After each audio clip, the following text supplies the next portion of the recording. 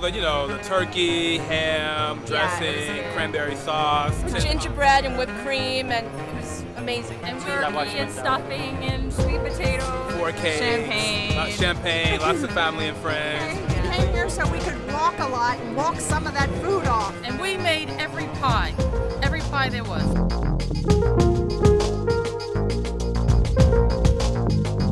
Hi, I'm Liza DeGia, and you're on the map, Travelistic.com's weekly show devoted to all things travel, destination, and shared experience. If you're like us, you're feeling a little bit of the back in the office jitters.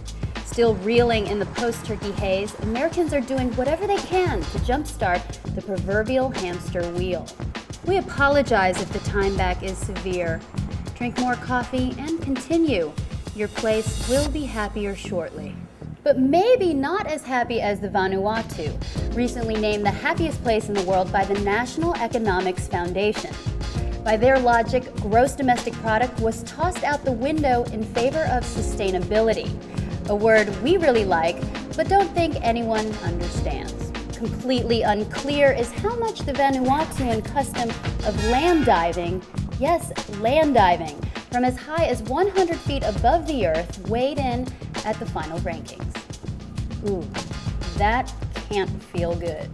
Not to be outdone on obscure travel locales or outlandish trip scenarios, our friends at Vice recently released the Vice Guide to Travel, following their hosts on Gonzo Adventures. It's the last place on Earth believed to have living, breathing dinosaurs. The one the locals talk about the most is Mokele Memembe. In Pygmy language, it means one who stops the flow of rivers.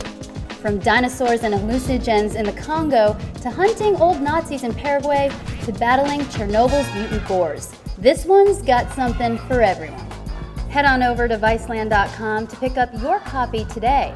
It's sure to leave you savoring the safety of your office more than ever. Nice office, nice. On the completely opposite end of the film spectrum, this week sees the release of Fox Atomic's Turistas, a movie that follows a group of sexy, young, and not too bright American tourists who are led astray in the Brazilian rainforest by nasty local organ harvesters. Has plans for you. These plans are pretty elaborate. Finally, a film where Americans are the victims. Expect plenty of hot flesh with that pancreas. Is it art? Is it a hotel? Or is it both?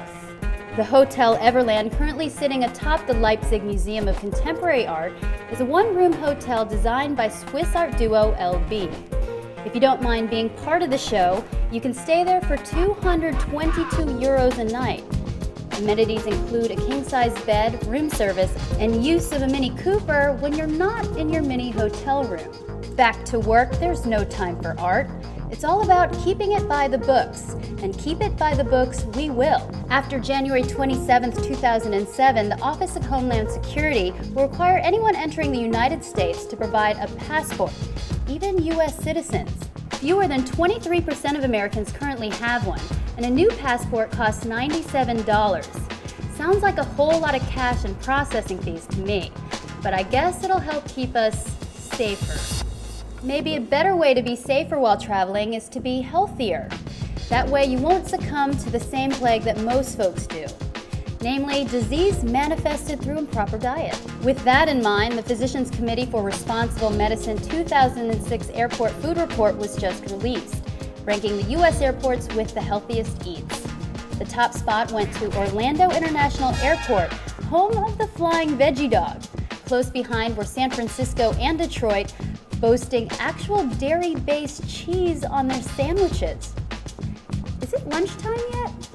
Producer Wayne Hazel makes us want to run screaming from our offices. If it were only that simple. His recently uploaded African safari videos depict the natural beauty and connection that is only found off the beaten path, in touch with the wilderness and large animals that can devour you whole. Ah, nature. Closer to home, producer Kelly Loudenberg uploaded a video on freegans, also known as urban foragers, New York City natives who elect to dig deep in dumpsters for food, treasure, friend-making, and the occasional dirty diaper. See Wayne in Africa and the freegans diving dumpsters for grub on Travelistic.com. That's all on the map. I'm Liza DeGia, and I'll see you next week.